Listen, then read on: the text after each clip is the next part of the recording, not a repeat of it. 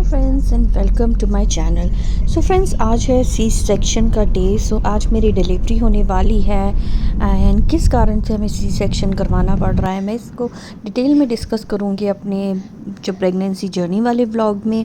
सो आज दोस्तों माँ बाप का आशीर्वाद लेकर और अपनी छोटी सी बच्ची को, जो मेरी 4 साल की बच्ची है, उसको हम अपने पेरेंट्स के पास छोड़कर हम जा रहे हैं सी सेक्शन के लिए। सो सुबह 7 o'clock हमें निकलना था।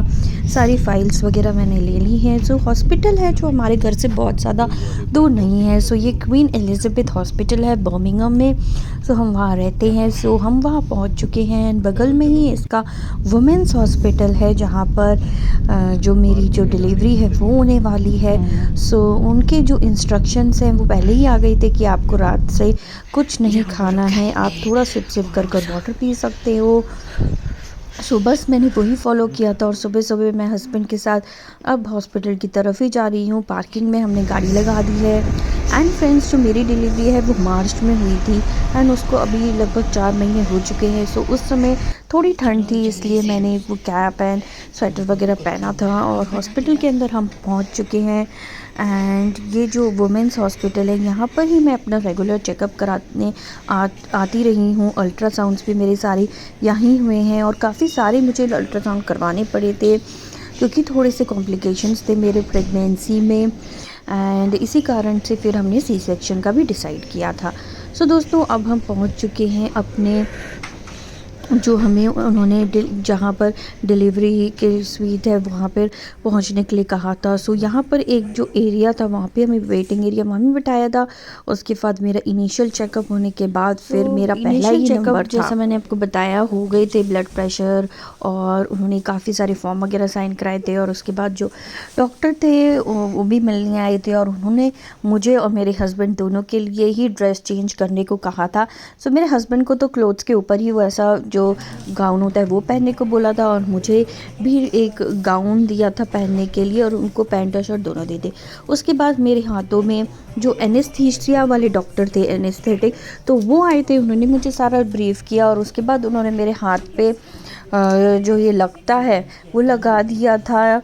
एंड उसके बाद हम दोनों ने सेल्फ़ी वगैरह खींची क्योंकि एज सच हमारा मुझे पेन तो नहीं हो रहा था। मेरी नॉर्मल सी सेक्शन डिलीवरी थी। तो फिर मैं पहुंच गई थी और फिर उन्होंने मुझे बिठाया क्योंकि फिर वो लगाते हैं और उसके आगे का ऑपरेशन उन्होंने रिकॉर्ड करने नहीं दिया था। और फिर नर्स ने मुझे फ़ोन ले लिया था कि मैं आपके बच्चा निकलेगा जैसे ही मैं आपको फ़ोटो क्लिक कर दूँगी। तो ये बहुत ही इनिशियल स्टेज की फ़ोटो है जब बेबी आ चुका था बाहर और मुझे कुछ ज़्यादा महसूस नहीं हुआ था, बस ऐसी थोड़ी स्ट्रेचिंग, पुलिंग और ये सब महसूस हुआ था। फिर जैसे ही बेबी बाहर आया तो फिर डॉक्टर ने उसको नर्सेस को देकर फिर नर्सेस ने उसको क्लीन कर दिया था और नर्स ने खूब सारी फ़ोटो खींची थी। और जो इस समय पूरे दौरान मुझसे जो एनेस्थीसिया वाले डॉक्टर थे वो बात करते रहे थे, पूछते रहे थे और मेरा हाल चाल लेते रहे थे। और बच्चा जैसे ही सुनाई दिया बेबी का क्राई,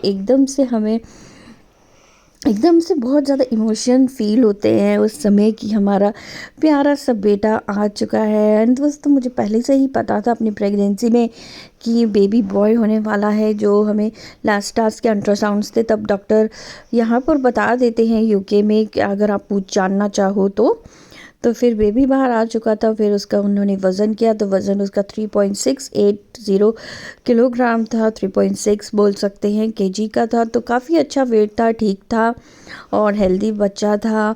एंड उसके बाद जैसे ही बच्चे का फिर उन्होंने सब वज़न वगैरह किया और उन्होंने मुझे सिर्फ जो बेबी की नैपी और एक कैप लेके आने को बोला था ऑपरेशन थिएटर में, और कपड़े वगैरह लेके आने को नहीं बोला था। वो सब हमारा जो सामान था वो हमने रिकवरी एरिया में उन्होंने रखवा दिया था। तो नर्सेस ने ही उसकी नैपी वगैरह चेंज करी और उसके बाद उन्होंने मुझे बेबी को दे दिया था। उन्होंने पूछा था कि आपको बेबी पैदा होते ही मतलब अपने ऊपर चाहिए क्या, आप अपने सिर से लगाना चाहते हो क्या? तो मैंने कहा था हाँ।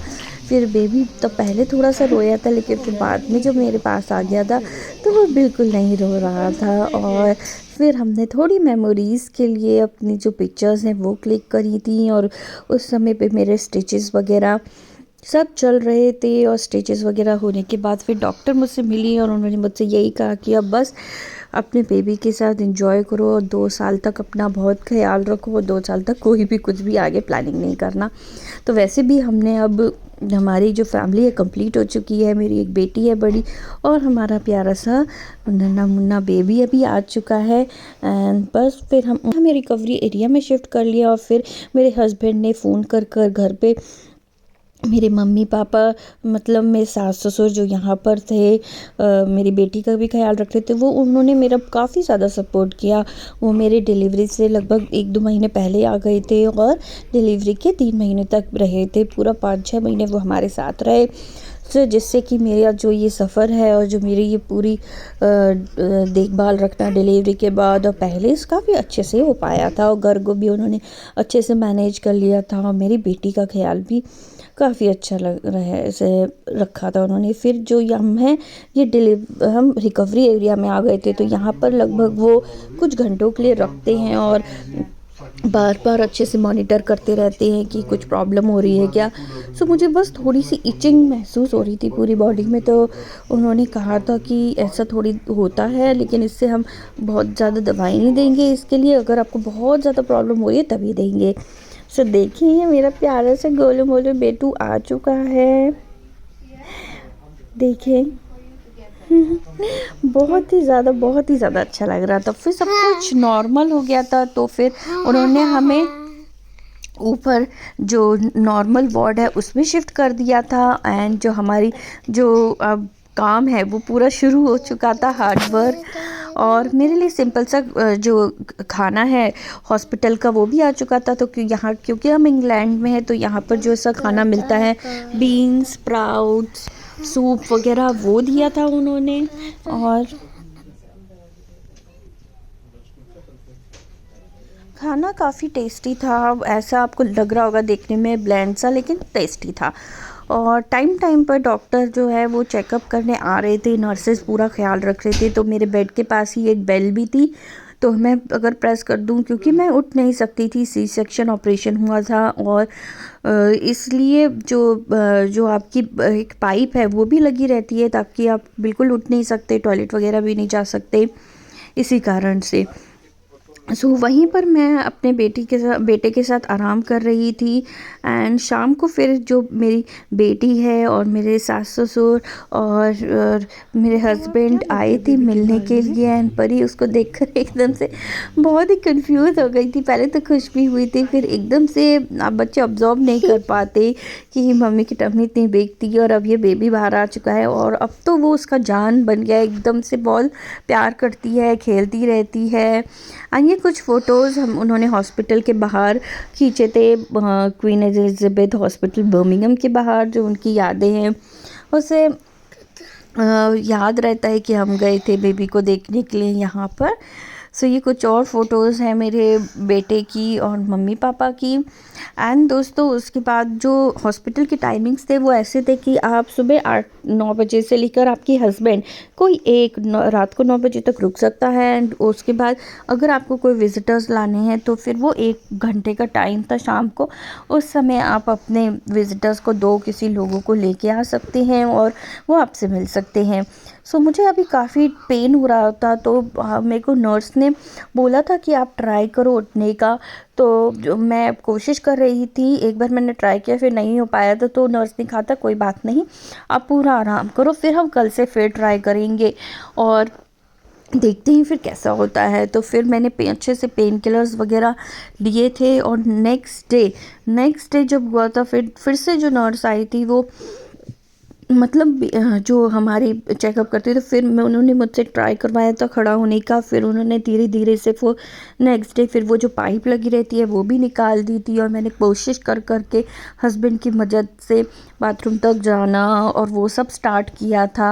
एंड फिर बीच बीच में वो जब रात को हस्बैंड चले गए थे, फिर मैंने अपने आप से थोड़ी कोशिश करके नर्स की मदद से चली थी मैं। एंड फिर मैंने बेबी को फीड भी कराया था तभी।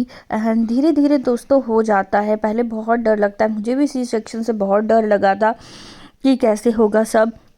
लेकिन वही है ना कि आप कोशिश करोगे, हिम्मत रखोगे तो भगवान पे आस्था रखिए और मतलब हिम्मत रखिए अपने आप को, डरिए मत, नर्वस मत होइए कि सब हो जाएगा।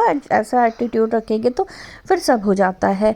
एंड मुझे दोनों ही डिलीवरी का अब एक्सपीरियंस हो चुका है। जो मेरी बेटी हुई थी तो वो नॉर्मल डिलीवरी से हुई थी, एंड उसके बाद और अब जो बेटा हुआ है वो सी सेक्शन से हुआ है। सो दोनों ही चीज़ों का जो है वो मुझे एक्सपीरियंस हो गया है। एंड दोस्तों फिर नेक्स्ट डे हमने जो पूरा दिन में तो मेरे हस्बैंड रहते थे तो बेबी का ख्याल रखते थे, बच्चे को चेंज करना, तैयार करना, नैपी चेंज करना, और उसको बार बार हर 2 घंटे में हमें थोड़ा थोड़ा दूध पिलाना होता है, वो करवाना। तो हस्बैंड ने मेरी हर तरीके से पूरी मदद की और उन्होंने पूरे जो अपनी पेरेंटल लीव मिलती है उन्हें वो ले ली थी 15 दिन की। और घर जब हम लगभग 2 दिन हम हॉस्पिटल में रहे थे तो पूरे दिन तो हस्बैंड मेरे साथ ही रहते थे। एंड देखे वो कैसे नापी चेंज कर रहे हैं। और इतना फ़नी इंसिडेंट हुआ था ना दोस्तों, क्या बताऊँ कि हस्बैंड ने नापी चेंज करी और फिर दूसरी जब तक वो पहनाते तब तक उसने और कुछ कर दिया, और फिर जब तक वो दूसरी पहनाते तो फिर उसने बहुत ज़्यादा मैस क्रिएट कर दिया था। तो हस्बैंड के साथ तो बड़ा ही एक फ़न भी बन जाता है ये सब साथ में, अगर आप मिलजुल कर बेबी को संभालें तो बहुत अच्छा लगता है।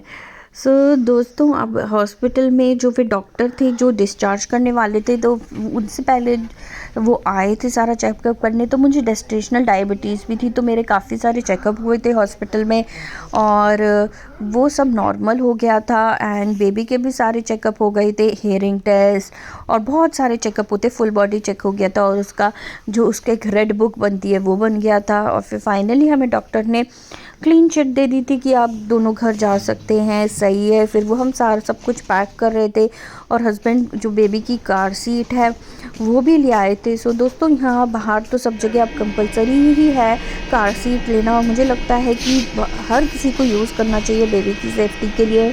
और आपका भी माइंड फ्री हो जाता है कि बेबी सेफ़ है अच्छे से। तो फिर हमने ठंड थी क्योंकि यहाँ पर, तो बेबी को हमने अच्छे से जैकेट वगैरह पहना कर और उसको ब्लैंकेट से कवर कर दिया था और अच्छे से कार में बिठा दिया था। और फिर बस हम अब घर जाने वाले हैं और घर में मेरे पेरेंट्स, मम्मी पापा और हमारी बेटी इंतज़ार कर रहे थे कि बेबी बस घर आने ही वाला है। एंड घर पे भी सारी तैयारी हो गई थी, उसका झूला, उसके बैठने सोने की जगह सब कुछ अच्छे से सेटअप हो गया था। सो मम्मी जी ने फिर मेरी आरती करी थी, बेबी का वेलकम हुआ था, बेबी का वेलकम किया था मम्मी जी ने। देखें उसको हमने अभी कार सीट से निकाला ही नहीं था, पहले उसकी पूरी पूजा वगैरह हो जाए दरवाजे पे हुई थी, फिर यहाँ बैठकर हमने आराम से करवाई थी अपनी वेलकम।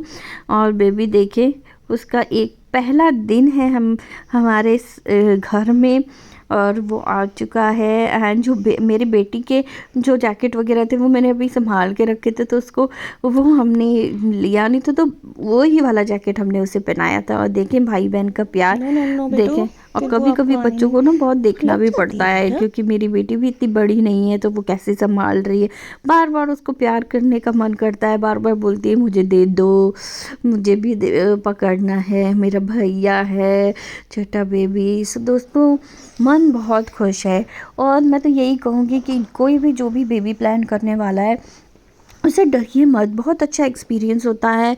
और आप फॉलो अप करते रहें डॉक्टर के साथ, कोई भी कॉम्प्लिकेशंस हो कैसे भी हो। सो मेरे साथ बहुत सारी कॉम्प्लिकेशंस हुई थी, मुझे जेस्टेशनल डायबिटीज़ हो गई थी, लो लाइन प्लेसेंटा था और मेरा आयरन लेवल भी बहुत कम था, उसी कारण से हमें बार बार अल्ट्रासाउंड्स भी कराने पड़े और बार बार हमें जाकर डॉक्टर से मिलना पड़ा। फाइनली हमारा प्यारा सा बेबी आ चुका है। तो फ्रेंड्स आई होप आपको मेरी डिलीवरी जो व्लॉग है वो देखकर अच्छा लगा होगा एंड मेरे सारे वीडियोस को देखते रहे। बहुत जल्दी मैं अपनी पूरी जो जर्नी मेरी प्रेगनेंसी की कैसी रही है वो शेयर करूँगी। Till then bye bye.